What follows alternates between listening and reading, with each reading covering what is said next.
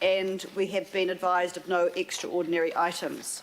I will now move to item 8, which is the Auckland Council Group and Auckland Council quarterly performance reports to the 30th of September. Noting this is the legal requirement quarterly reports we've been doing, thank you Councillor, we've been doing month by month as you know because of the emergency budget, but I'll now call to the table Ross Tucker, John Bishop, Francis, Nicola to present. Thank you. Oh sorry, Pramod, you're instead of Ross. Good morning team.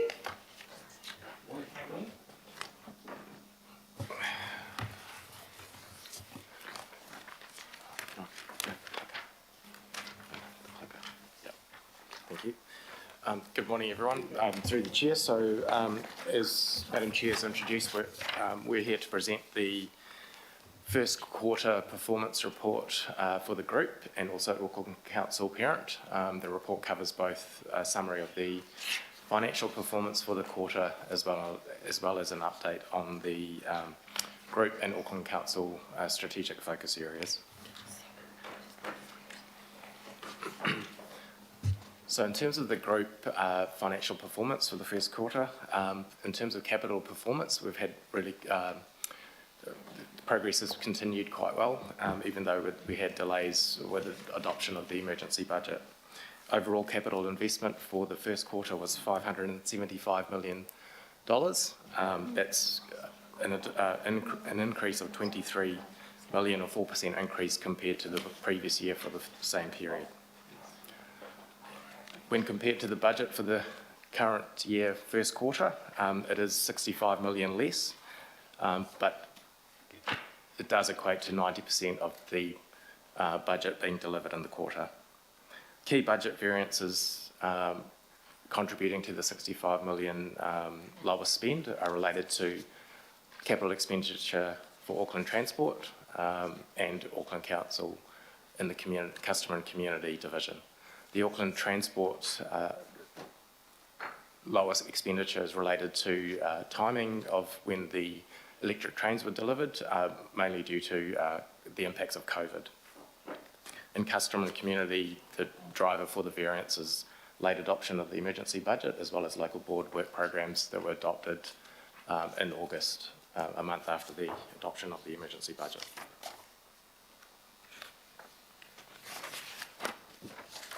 The operating performance is also on track when compared to the emergency budget.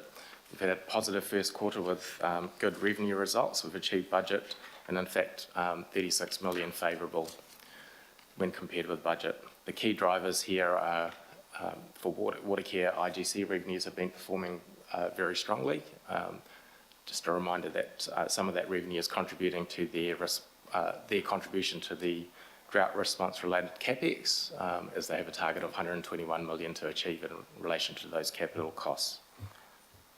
The remainder of the positive variance there is related to regulatory revenue, where consenting volumes have remained strong through the first quarter.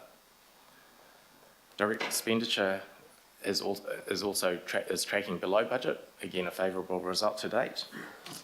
Key variances again are related to late adoption of work programs in that first quarter, and also Auckland Transport, they've had less cleaning costs than was budgeted for COVID response, and also employee benefits expenditure is tracking 6 million below budget.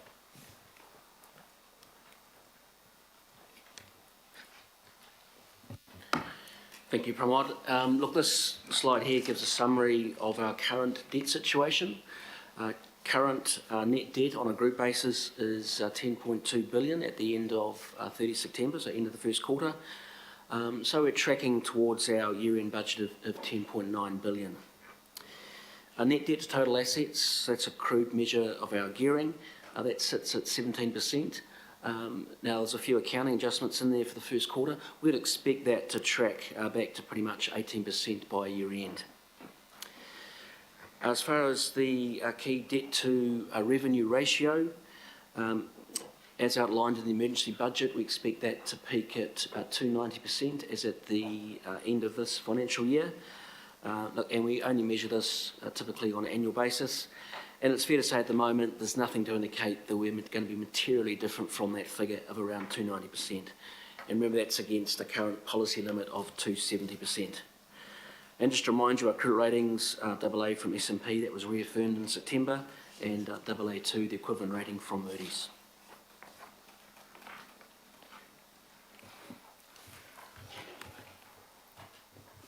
Our group FTEs have continued to reduce. At the end of the first quarter, the group had 174 decrease in FTEs when compared to 30th June 2020.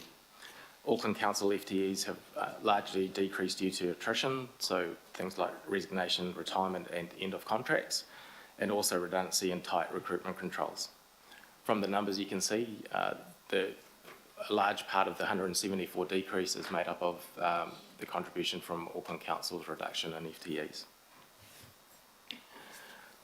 Auckland Council's also established a redeployment team, which has been effective in filling necessary vacancies through internal transfers.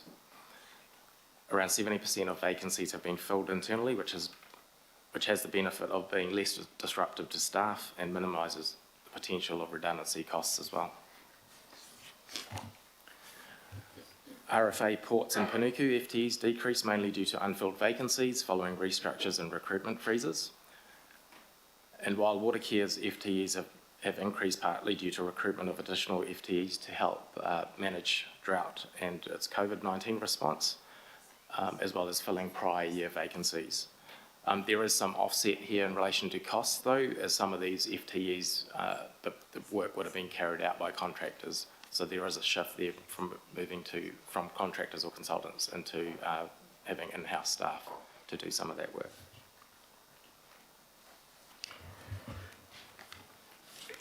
The slide over here we've included just to give confidence to the committee that the operating performance that we report from a management perspective actually does reconcile to what are in the statutory results.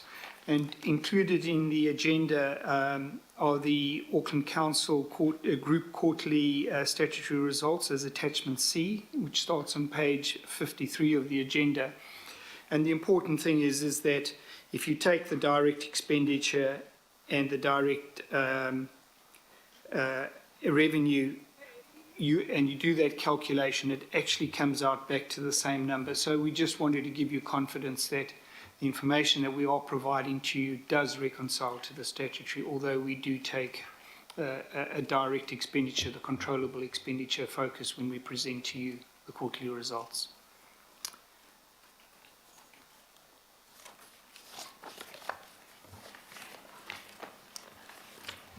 Thanks, Francis. So I'm going to talk to the Auckland Council performance. I'll talk through the capital performance, then the operating results, and then we will have a feature segment from our regulatory services team. So we have spent 88 million in capital expenditure. That's 83% of our capital budget, and as Pramod mentioned earlier, it's a little bit behind because of the delays that we had in getting the emergency budget approved. Obviously that happened at the end of July, and then going through the process of local board work programs being agreed through August, but the program is starting to ramp up through September and continuing on. We have a couple of examples of projects that were completed in the first quarter. So we opened a new playground in Archibald Park in Kelston in September. This was bringing to life the park's concept plan. So this is community facilities work, which encompasses the detailed design, the obtaining of the required consents, procurement and management of the physical works. I don't know if you've been there, but it looks pretty fantastic. And another example that we have was the renewal of the assets at Onua Domain in Northcote. And that was quite substantial work around renewing all the fencing, rubbish bins, signage, lighting of the parking and sports fields, and also renewing roading and parking. Moving on to the operating performance, our operating results are favourable in the first quarter, And as Pramod noted, we've had, mainly in regulatory services, we've had higher revenue because our consenting volumes have not declined as we expected, and Craig and Ian will talk a bit more to that shortly. Our expenditure's also tracking just below budget. We've obviously got quite a substantial focus on the savings target, and we have continued controls around expenditure and recruitment. I'll hand over to David, who's going to talk to the non-financial performance. Tēnā koutou, councillors. So I'll just run you through a few of the highlights and talk about the non-financial performance measures. First thing to note is we had a COVID-19 alert level 3 during the period in August. So, of course, that meant that we had to respond swiftly, and we did things like putting signage around our playgrounds to ensure that the public did not gather in those places. But we also supported local businesses, and we launched the Together We Can Support Local campaign during this period. And we also, during the second lockdown in August, ran a campaign to promote the key services and activities that Aucklanders could do from their homes. Now, I think that might have had a positive effect on things like library items that were borrowed.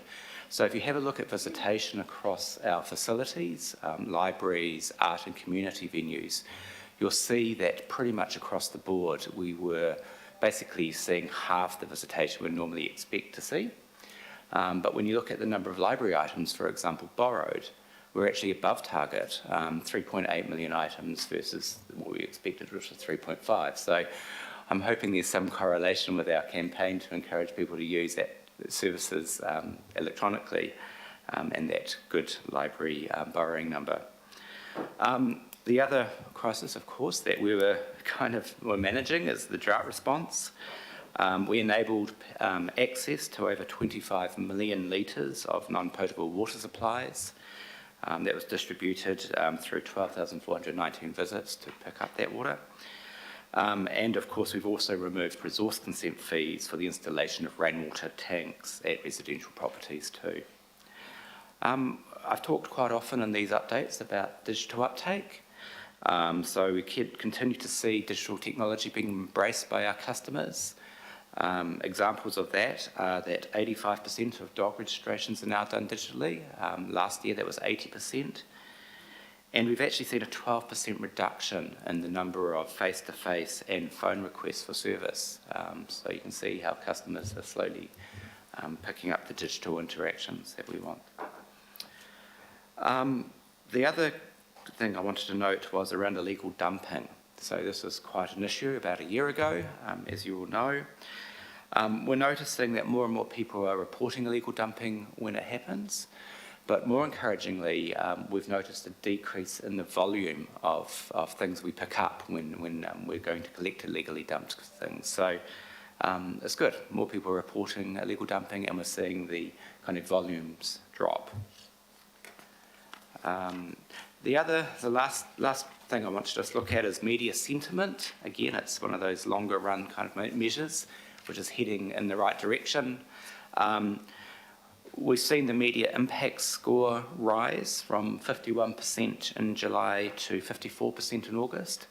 When you think of some of the things that we've had to deal with, COVID, the emergency budget, I think it's impressive that that has continued to rise, despite some of the messages that we've had to convey to the public being hard issues. So that's a positive trend too. I'll just move on to the overall performance metrics. Who's got the clicker? Great, thanks, Nicola. So if we just look across the entire measures, we've got 80 measures that are relevant to the parent.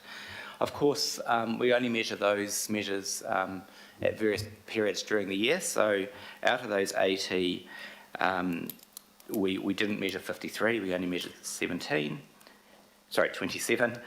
I've already talked about the COVID impacts. A couple of other measures that we're just keeping an eye on. First is compliance cases, non-compliance cases for menacing dogs. So if we're dealing with menacing dogs, we hope they can become compliant within 3 months. We've just noticed that performance has declined, so we're achieving a 53% compliance rate against a target of 90%. That reflects, so it's COVID related actually, so it reflects our staff not being able to kind of follow up because of the lockdowns, but also the fact that de-sexing for menacing dogs hasn't been available as much as it could be just because of those COVID lockdowns. The other one that we're looking at too is the number of off-licence premises that pass a controlled purchase operation targeting underage drinkers. So this is where we go out and test whether they're complying with that. The metric doesn't look too bad, so we're at a rate of 85% compared to 90% target. However, in the Hibiscus Coast, out of 40 inspections that we did, 4 failed. So we've taken action against all those 4 premises. So I guess that shows that the activity is working. But again, it's just a piece of an area of performance that we'll just keep an eye on. Yeah, the only other thing I wanted to note, and Craig will be talking, I'm guessing, more about this, is just the great results in the regulatory area around statutory compliance with resource and building consents, especially the timeliness. This has been an ongoing issue, and we've seen a steady climb in performance against those, especially those 2 metrics. We're now at 82% of resource consents being processed within the 20-day statutory timeframe, and for building consents, that's 91%, and it continues to improve. So I just think that's it's been a lot of work to bring that into line, and it's great to see that result just keep improving over time. So it's probably a good note to hand over to you, Craig. Tēnā koutou katoa. Thank you through the chair, and thanks, David. Yes, I remember I reflected that 6 months ago I came and spoke to you and talked about the improvements in regulatory services, and it's always dangerous doing that because if it goes backwards, you can look a bit silly. Fortunately, we continue to improve, and we'll share some information on that now. This isn't relative to the time frame that we're reviewing at the moment, but this is the 12-month data for the last financial year. And it really just gives you an idea of the volume of work that we're doing in regulatory services. It was pretty much a record year. I think the last year we had a year like this was around about 2016, I believe, Ian. Ian McCormick can verify that better than I can, but it was a huge year. And interestingly, for the period under review, the first quarter of this current financial year, we've been up another 11% on Q1 of last year in resource consents. We were up 10% on inspections, 2% on building consents lodged. So really, we're still seeing this fantastic growth and in this really red hot development market that we anticipated we would lose around about 30% through COVID, but we're not seeing that. Reference has been made to the financial performance. It is something we're quite proud of. I know there is always a bit of hesitation around we talk numbers because are we charging too much? Reality is we're actually taking a lot more of a commercial view in regulatory services. Our billing performance is, so basically passing on the costs that people incur, is far better than it has been forever, basically, which we're quite proud of.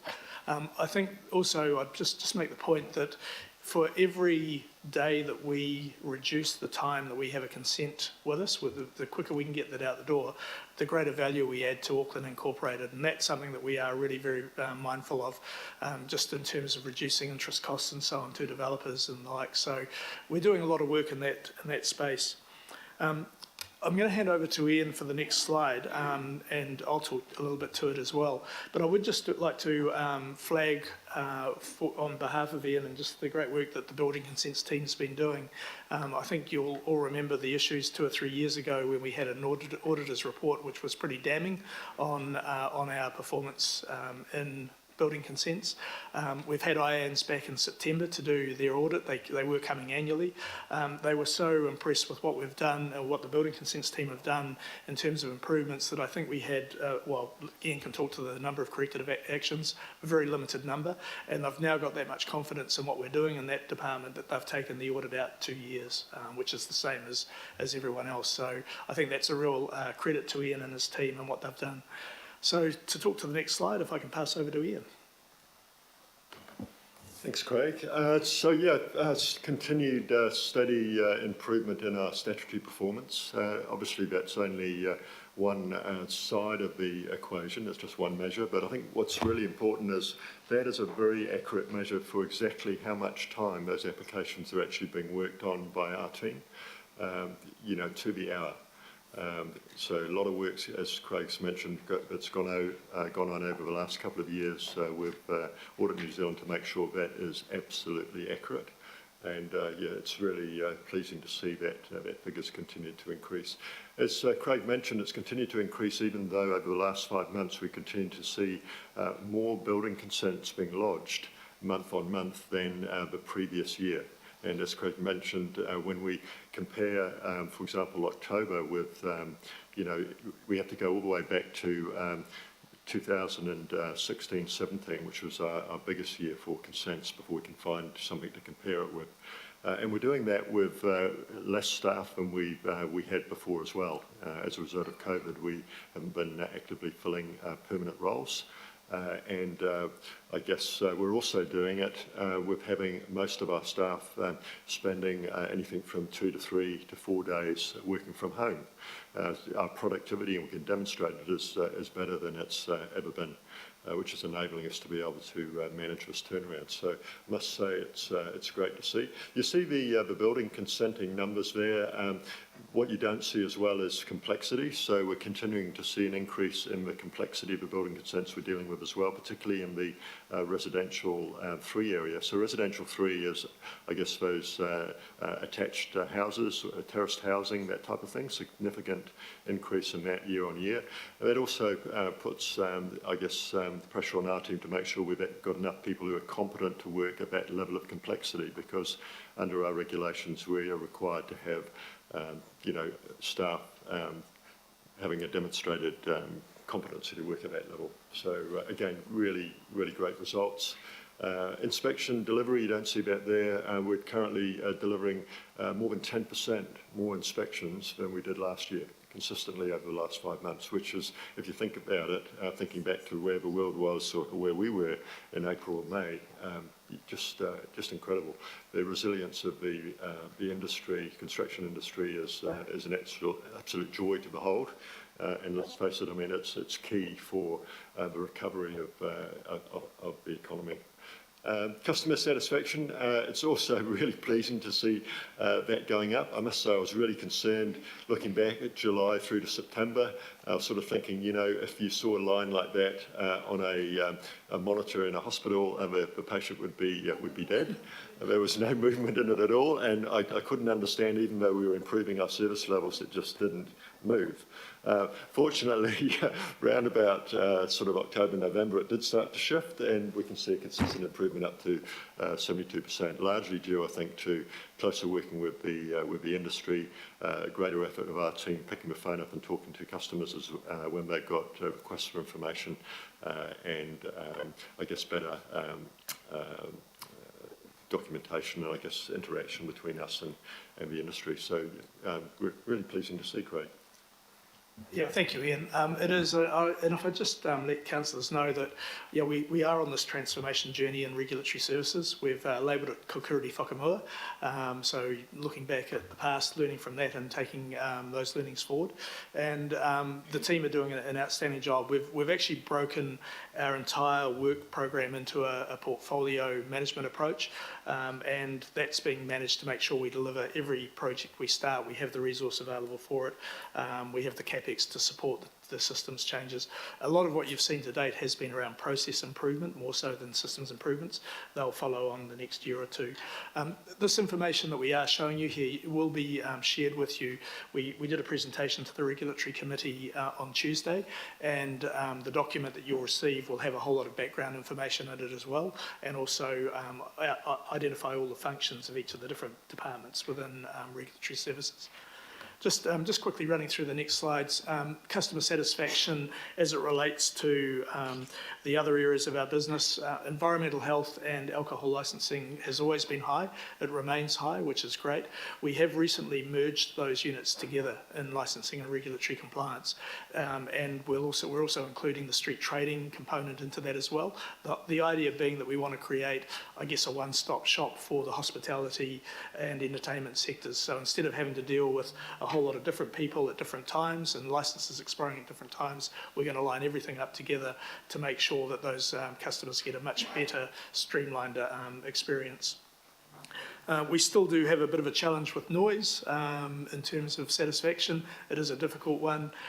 We didn't respond to noise complaints through the COVID lockdown, so again had some fallout in that space.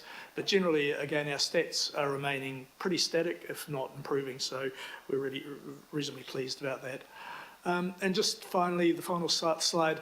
I know as elected officials, you're regularly getting it in the neck from developers, from constructors around timeframes.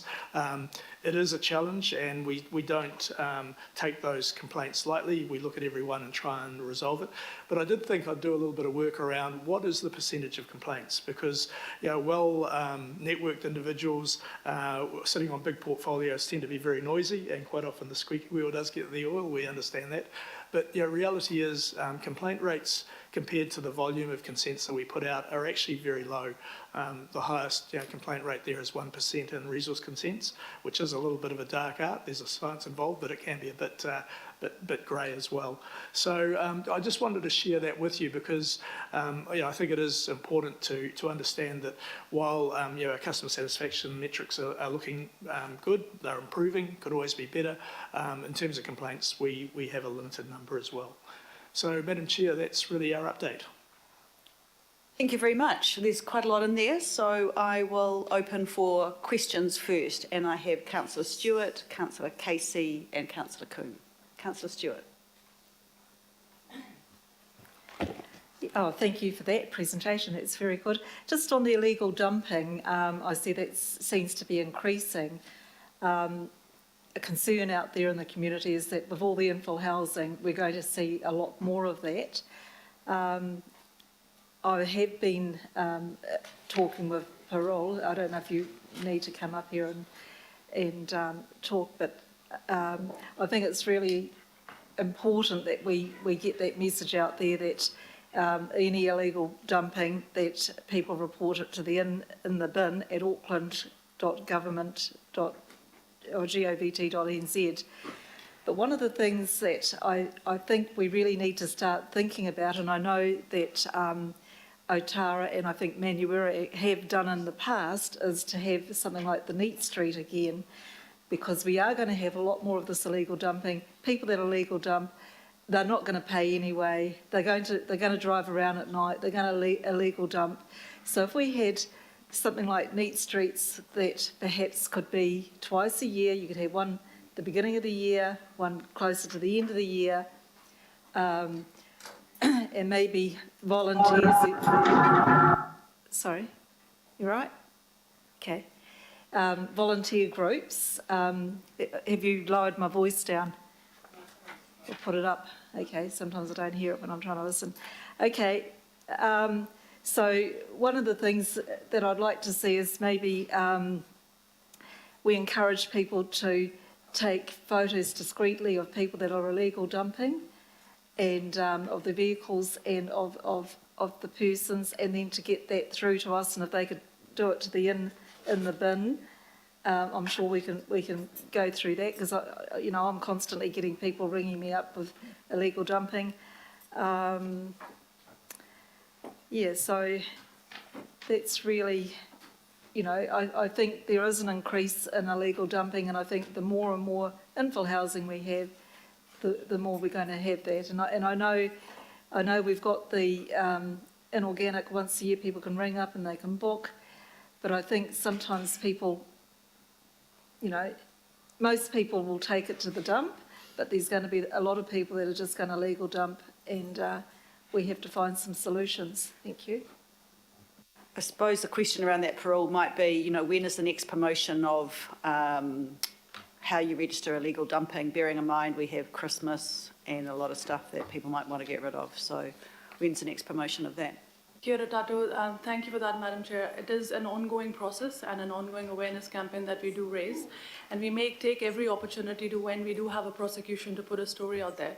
So you would have seen about a week ago we had one around green waste, and in terms of making sure people are aware there are consequences of when people do illegally dump.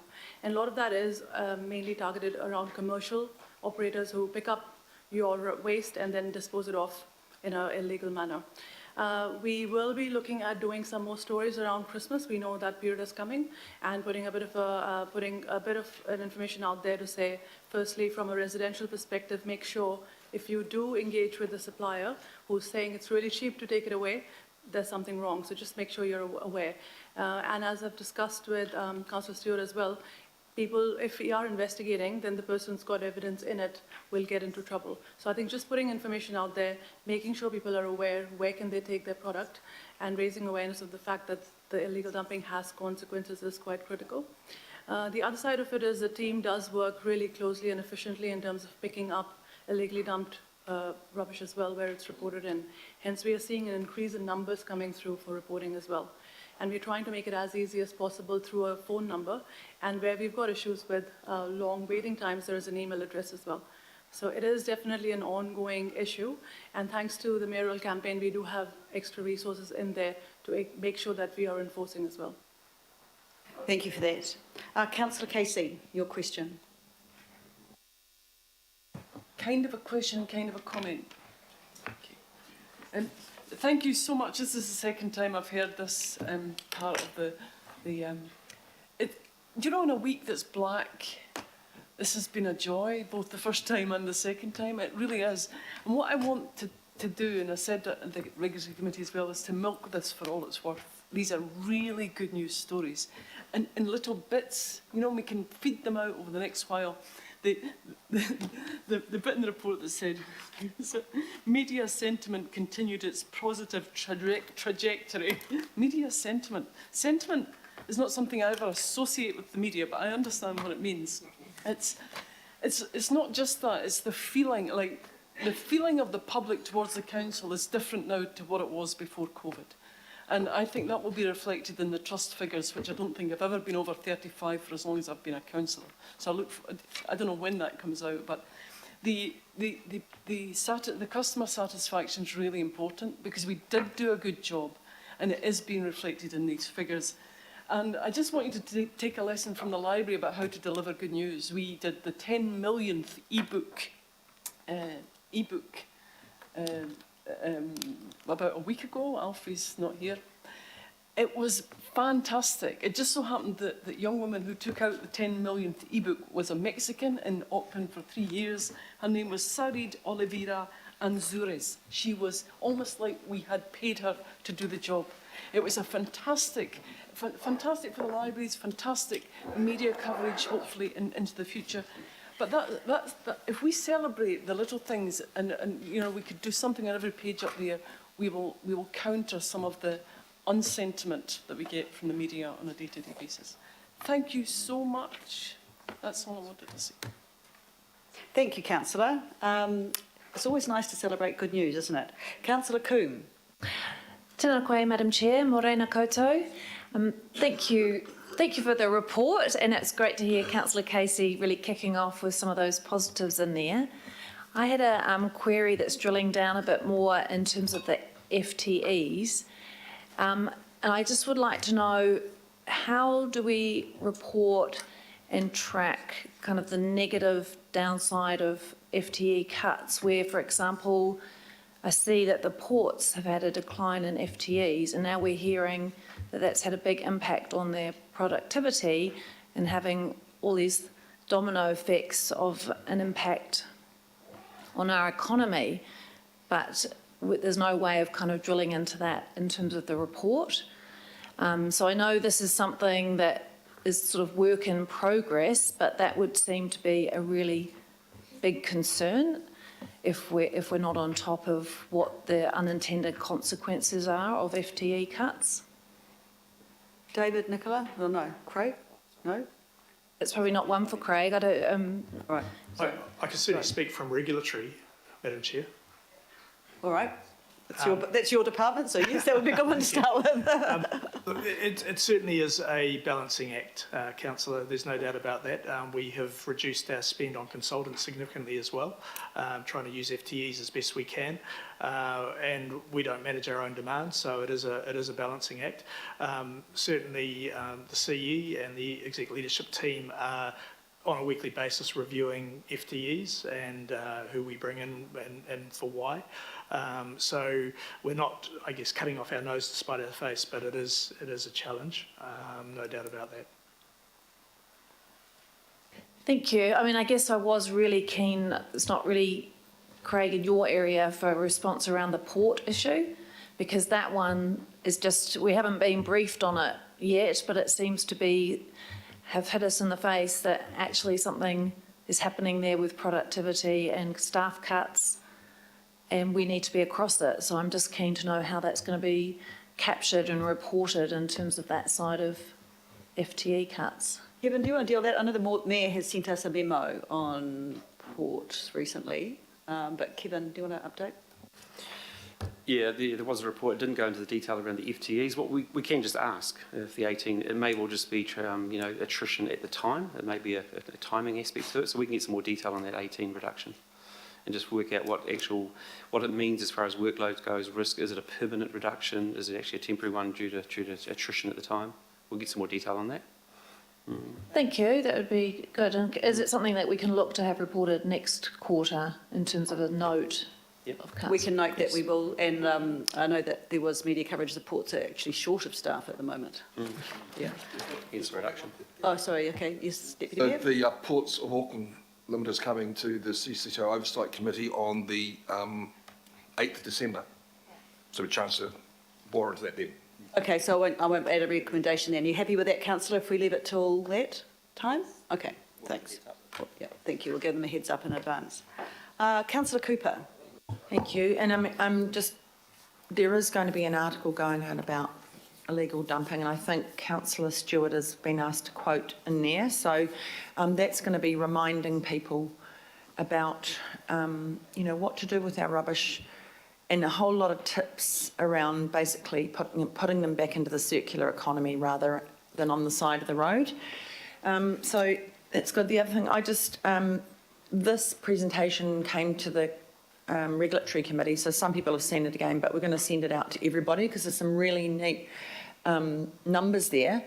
And one of the ones I'm just astounded by is 3,500 building inspections a week. 3.5. So imagine how busy our staff are and how, when we're doing that, that means that building can keep going and that things are being built well. And so when I hear people going, oh, this is useless and that's useless, I just think of that number of how many people we've got out there racing around doing that work and all the rest of the regulatory work. So, and the other thing I just wanted to comment on was that Libby app for the libraries was a lifesaver for me during lockdown, as well as all sitting we did in meetings, to just be able to go online, you have your library card, and I could borrow any book I wanted, if I didn't have to wait for 6 weeks. But that is a really extraordinary service for library card holders. So, I think we've got some good results here. I'm really pleased that we've been able to keep going, even though we've had all these COVID restrictions and all these tumultuous changes with staffing and things like that. I think we should be really proud of our staff. Thank you. Thank you. Just before we go into comments, I'm still on questions theoretically, but that's all right. I'm going to just ask a question because one of the things I put in my chair's recommendations that I picked up as a highlight was the council award that we got from Algam. So David or Nicola, do you want to talk to what that was? And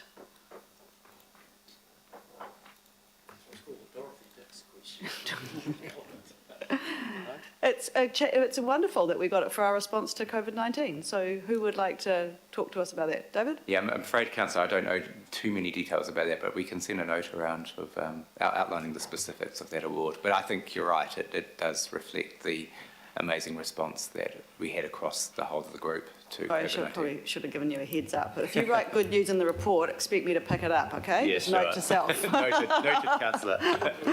Yes. Okay. Any more questions before I go to comments officially? Councillor Walker. Sure. Just a comment around the drop in full-time equivalents, which is essentially people losing their jobs. do we actually follow through with what's happening to those people in some way, shape or form? And I guess the reason I ask that is that we're effectively the, I wouldn't say monopoly, but close to that within the Auckland region. Quite obviously, we've got other councils around New Zealand that have also got problems. I think many of our people are often quite specialised in the areas that they may be working in, may be suffering. So I think we do have some form of obligation to at least have some kind of follow-through. And then further to that, do we actually maintain perhaps some communication? Because if we have a pickup at some point in time, many of these people are the ideal people to actually recruit back because we don't have to train them. They're already up to speed. So just a general question. I don't know whether human resources apply that, but I would suggest our circumstance as an employer is quite unique in New Zealand. I'll ask Kevin to start the answer on that. Thank you. Yep, thank you, Chair. Look, thanks for the sentiment, and obviously we have that ourselves as well. We do look after our staff. So there's a few aspects to that. The first up is, David did mention there was a lot was actually occurring, it was promoted through attrition, so there are people still with voluntary turnover as well. We go through a process. First up is if there are roles no longer deemed to be needed, we have a very intensive redeployment program within council, and that extends across the group. We look for opportunities. So if the existing role is not needed due to circumstances, we will look at whether that person has an opportunity to explore another role across the council. If it does end up with the person leaving, there is an outsourced program where we can help people with CVs, interview skills and other aspects. And obviously exit interviews and things to try and ascertain, what is the circumstances leading to that person leaving? Was it the role or the person? So we did hear mentioned earlier on, 70% of our internal vacancies have occurred have actually been through internal recruitment. So that is suggesting people are moving and taking career opportunities within council. The other aspect is the monopoly aspect. Yeah, there are some services, functional areas we have which are quite unique to council. There are also others which are competing on the open market. Much wider skill sets that you'd apply, ICT, engineering and others, which are actually a marketable commodity across there.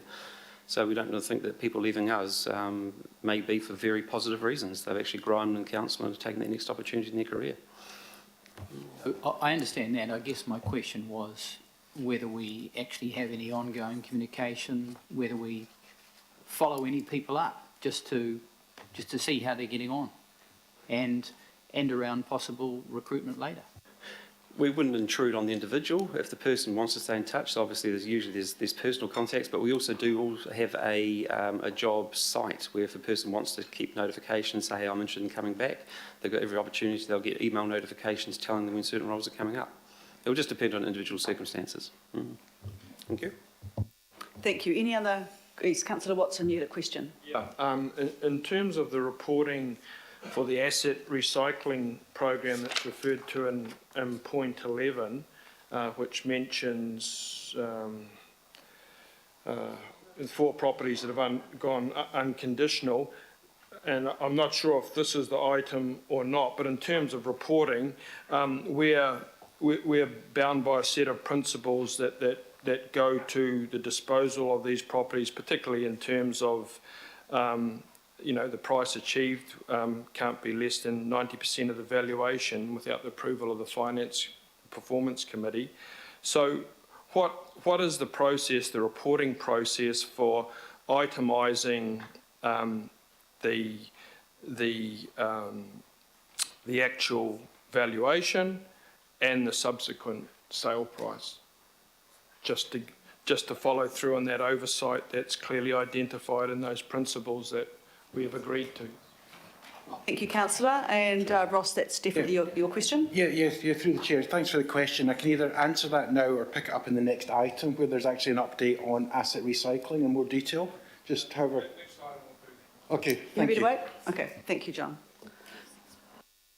No further comments. Your Worship, questions. Your Worship, you had a comment. A comment. These are hard times, and I want to pick up Kathy Casey's point to say There's some really good news in this, and I thought that Craig and Ian were going to go, which was a pity because I was going to say something complimentary. Not always the case, Craig, when we have discussions about these things. But at a time when we are doing record processing of building consents, 15,470, record month last month, highest ever on record, for you to lift our approvals from, 58 to 72% is spectacularly good, and also to lift the satisfaction, 77 to 92%, sorry, on your within the 20 days, and 58 to 72 on building satisfaction. And I can see the Herald headline tomorrow: spectacular improvement in performance by council. Not.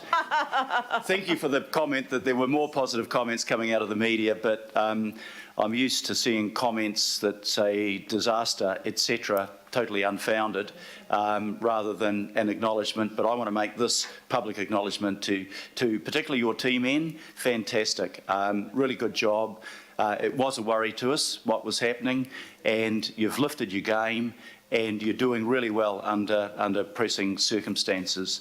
To Parole, also, you know, it's really good news when you get an increase in reporting, but a decrease in volume in illegal dumping. And the fact that we've raised the profile of that, I think, has made a difference. Certainly has in Bill in my area. I used to just go mad driving home at night and seeing yet another illegal tipping. I thought that would go up after the lockdown. Fortunately, it hasn't. So congratulations to your team. It's a sign of the times. We used to get a headline when we prosecuted somebody because it was so rare.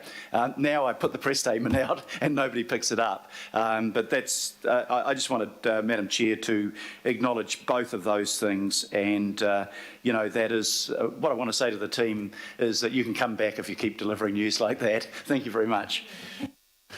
Yeah, thank you. Look, it's good for me to follow actually as a comment then around this, because I've done some Chair's recommendation that note the financials, which is always very good to me. I like that. The 575 million of capital expenditure for the group, 23 million more than last year, even though, of course, we started, this is the emergency budget, so even though we were 450 behind, we are still actually getting out there and delivering in the capital space, and also our net debt operating result. So revenue's up 36 million and our expenditures down 35, which is really good financially in both cases. So in moving, I wanted to highlight that. I also wanted to highlight the fact that we had an award. I think that's really good. It notes, there's another organisation that has acknowledged the work we have done in response to COVID-19. And then I've just quickly added a note, this, which I shouldn't have quickly, I should have picked it up already, noted the substantial performance improvements in the regulatory area. So I would like to move those. Do I have a seconder? Linda, I think, I think, Linda, do you have a comment? I wanted to congratulate the staff on the COVID response rather than just noting the award. I'm very happy to do that, Just Councillor, massage yes. it a little bit. Just give me a So second. the committee's congratulating the staff on the award. Note. Rather than just noting. Note the committee.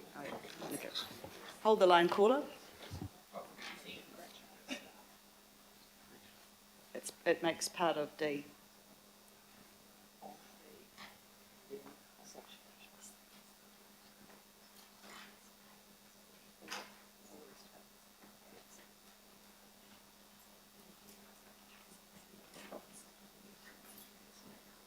Excellent. Make ED.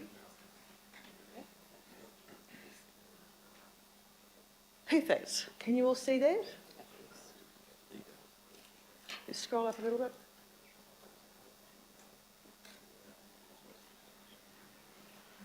All good? Okay, we have a mover and a seconder.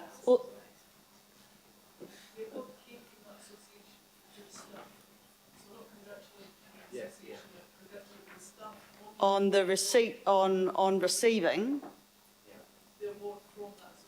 Yeah, on receiving the all of council award from the. Yeah.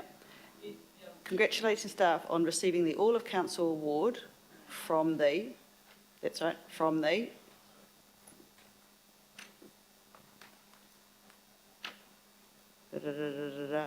take out of